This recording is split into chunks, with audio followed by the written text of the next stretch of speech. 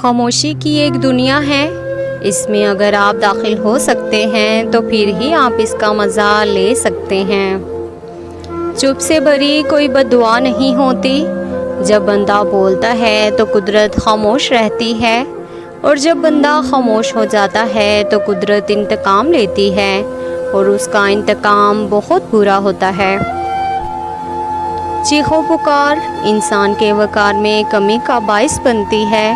لوگوں کو اپنی خاموشی سے خوف زدہ کرنا سیکھو۔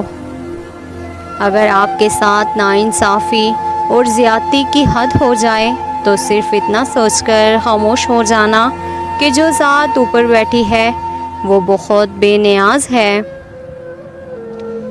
زندگی میں کسی ایسے شخص کا ہونا ضروری ہے جس کو کچھ بھی بتانے کے لیے لفظوں کی ضرورت نہ پڑے۔ خاموشی اختیار کر لینا دب جانے کی علامت نہیں، ترجیحات کا فرق ہے۔ ہر بات اور ہر بندہ جواب کا مستحق نہیں ہوتا۔ کچھ باتوں کا جواب صرف خاموشی ہوتی ہے، اور خاموشی بہت خوبصورت جواب ہے۔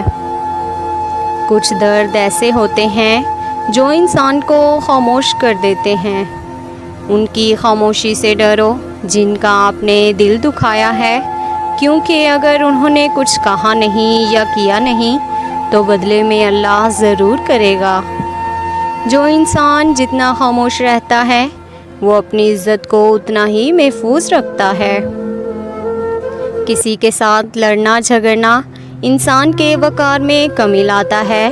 لوگوں کو اپنی خاموشی سے ڈراؤ۔ ہمیشہ اس وقت بولیں جب آپ کو احساس ہو کہ آپ کے الفاظ جو آپ کہنے جا رہے ہیں آپ کی خاموشی سے زیادہ خوبصورت ہیں۔ دو چیزیں انسان کی کمزوری ظاہر کرتی ہیں، جہاں بولنا ہو وہاں خاموش رہنا، اور جہاں خاموش رہنا ہو وہاں بولنا۔ جو انسان تمہاری خاموشی سے تمہاری تکلیف کا اندازہ نہ کر سکے، اس کے سامنے زبان کا اظہار کرنا صرف لفظوں کو ضائع کرنا ہے۔ کبھی کبھی حق پر رہنے کے باوجود خاموش رہنا پڑتا ہے، اس لیے نہیں کہ ہم ڈرتے ہیں، اس لیے کہ ہمیں رشتے بحث سے زیادہ پیارے ہوتے ہیں۔